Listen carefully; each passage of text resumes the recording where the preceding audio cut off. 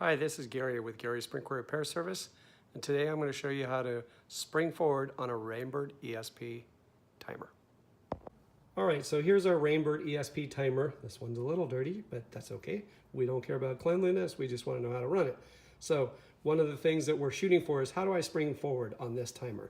This is super easy. You take your dial, you come over here to hour, so that's minutes. There's hour. Notice the hour is on the clock. If I want to spring forward, all I have to do is hit this up arrow right here.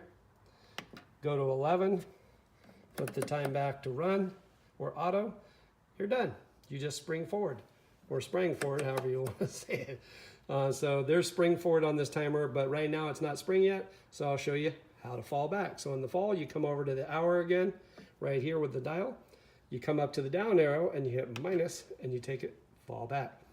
Put it back up to auto, you're done. It's that simple. Well, hopefully you liked our video today. This one was a short one, but they don't always have to be long. If you liked it, be sure to subscribe and hit the subscribe button and tap the notifications bell so that you'll be notified anytime we add a new video down the road. And if you got any questions or comments that you'd like to make to help us improve the channel, feel free to leave those in the comment section and I'll be sure to get back to you. I reply to all comments. So again, thanks for subscribing and I hope you enjoyed the information and hopefully it helps you out with any of the projects you got to do this week.